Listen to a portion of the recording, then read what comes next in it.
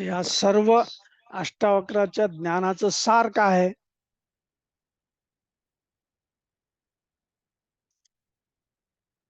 माझ्यामध्ये आणि इतरांमध्ये कुठलाही भेद नाहीये, तो मीच आहे ना. हे त्याचं सार आहे अष्टावक्राच्या, है की नाही. अजून काय सांगितलं होतं आजच्या भागामध्ये?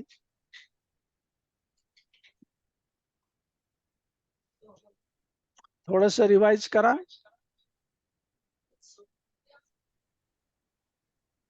या ठिकाणी गुरुदेव म्हणत होते की हा बोला बोला.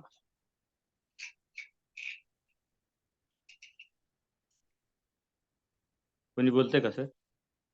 बोला ना, बोला तुम्ही बोला. हा, तर वृक्षामध्ये वनस्पतीमध्ये सुद्धा मीच आहे, म्हणून मी तुम्हाला नमन करतो. प्रत्येक वेळी शिव को नमस्कार करो, संख्या से दुनिया टिकी हुई है, नहीं तो प्रलय हो जाएगा. मंत्र से वाणी या मन शुद्ध होता है, जो चेतना को मजबूत या पवित्र या पावन बनाता है. म्हणून अष्टावक्र गीता का सार है. सो हम जिस वस्तु को तुम देख रहे हो वह वस्तु अलग नहीं है. दो होने से भय होता है, एक रहने से प्रीत बढ़ती है. इसलिए द्वैत आणि अद्वैत असं उदाहरण देऊन या ठिकाणी गुरुदेवांनी सांगितलं की आत्मज्ञानी हा एको अहम असं म्हणतो. म्हणून मुझमें कोई दोष या गंदगी नहीं है. योग के द्वारा जो कुछ भी गंदगी है या ये दोष है वो दूर करो और योग करते रहो, असं गुरुदेव म्हणतात.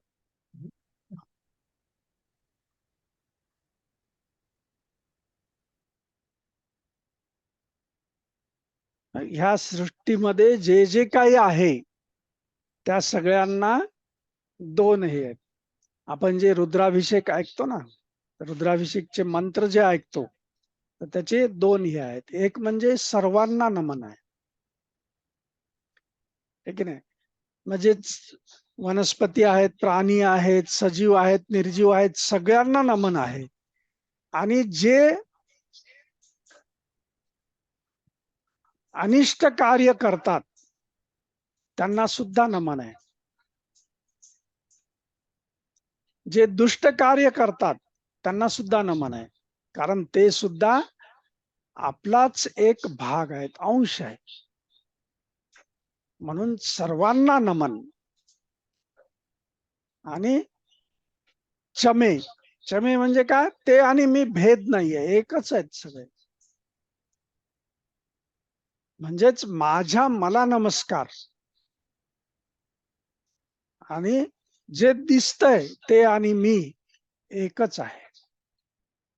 दोन्हीमध्ये कुठल्याही प्रकारचा भेद नाही आहे की नाही.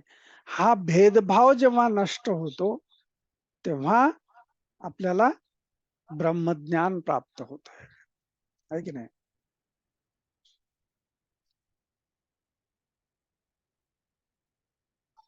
मग काय सांगितलंय त्याच्यासाठी? काय करायचं? तर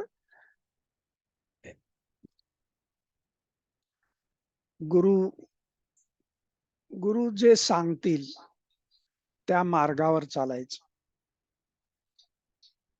आहे की नाही. गुरुच्या उपदेशाचं पालन करायचं, गुरुच्या मंत्राचं पालन करायचं, मंत्र श्रवण करायचं, मंत्र स्नान करायचं. त्यामुळं आपल्यामध्ये पवित्रता येते आणि त्या पवित्रतेमुळेच आपण हे ज्ञान प्राप्त करू शकतो.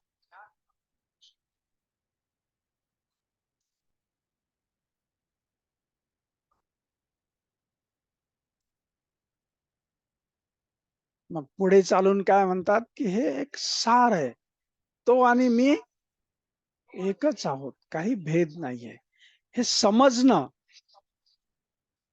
आणि आपल्या अनुभूतीमध्ये येणं हे महत्वाचं.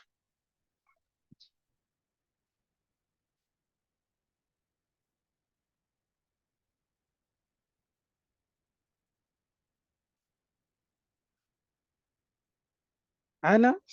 समजलं ना? हा, कोणाला काही प्रश्न विचारायचे असतील तर विचारू शकतो. जय गुरुदेव. हा, जय गुरुदेव. इथं अष्टावक्र गीता समजून घेण्यासाठी आधी योग आवश्यक आहे असं म्हटलं गुरुजीने. योग म्हणजे पूर्ण अष्टांग योग असं घ्यायचं ना अर्थ. हा, अष्टांग योग.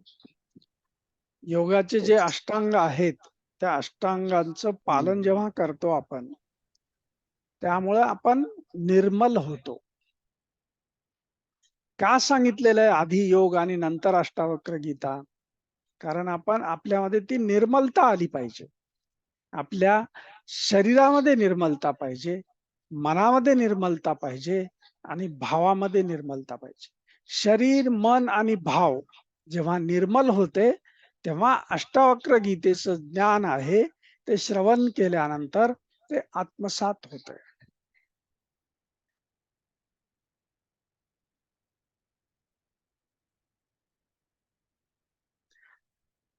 यम, नियम, आसन, प्राणायाम, प्रत्याहार, धारणा, ध्यान आणि समाधी हे जे अष्टांग योग आहेत, तर ह्याचं पालन आपण आपल्या जीवनात केलं पाहिजे, है की नाही? पण जेव्हा सुरुवात करतो आपण त्यावेळेस काय सांगितलेलं आहे, तुम्ही कुठल्याही एकाचं पालन जर करत राहाल तर बाकीचे सुद्धा आपोआप तुमच्याकडे येत राहतील. म्हणजे कारण त्यांना अंग बनलेलं आहे. हं. ते पायऱ्या नाहीत, स्टेप्स नाही आहेत. एक झाल्यावर दुसरं, दुसरं झाल्यावर तिसरं असं नाहीये. तर तुम्ही एकाचं पालन सुरुवात केलं की ते सगळं येते तुमच्याकडे.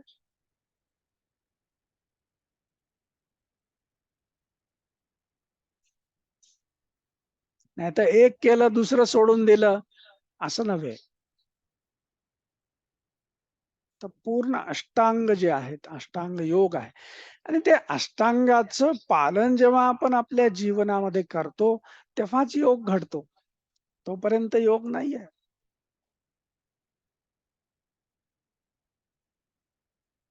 योग म्हणजे काय? युनियन, एकत्रीकरण, द्वैत्वातून अद्वैताची अनुभूती घेणं म्हणजे योग आहे.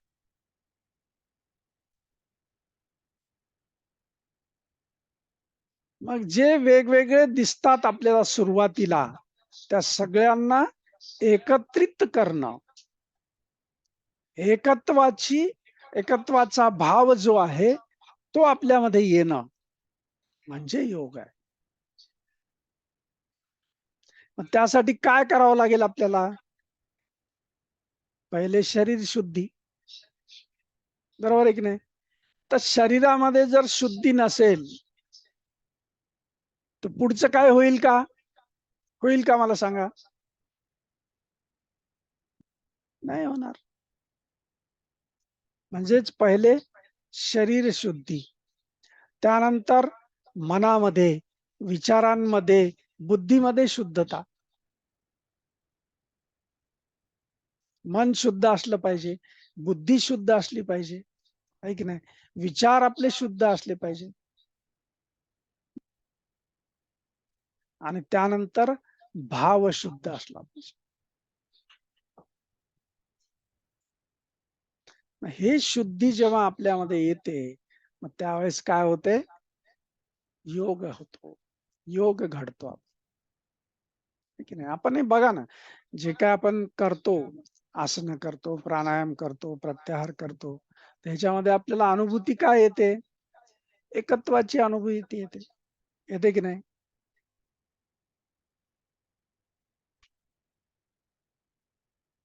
माझ्या शरीरामध्ये कुठलाही भेदभाव नाहीये, माझ्या मनामध्ये कुठला भेदभाव नाहीये, माझ्या भावामध्ये सुद्धा कुठलाही भेदभाव नाहीये.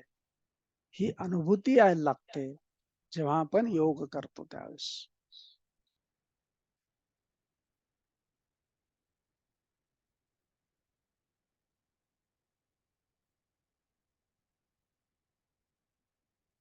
आणि अष्टांग योगाचं सगळं ज्ञान याच्यात सांगितलेलं आहे की नाही? नियम पाळा, यम नियम आसन करा, प्राणायाम करा, प्रत्याहार करा, धारणा, ध्यान, समाधी.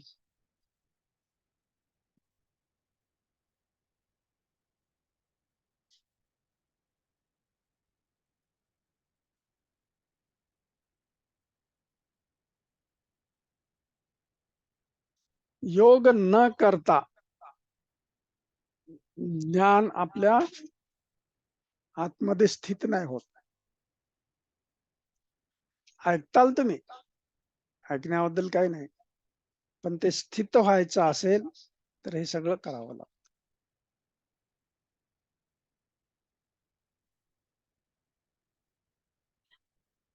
लक्षात आलं?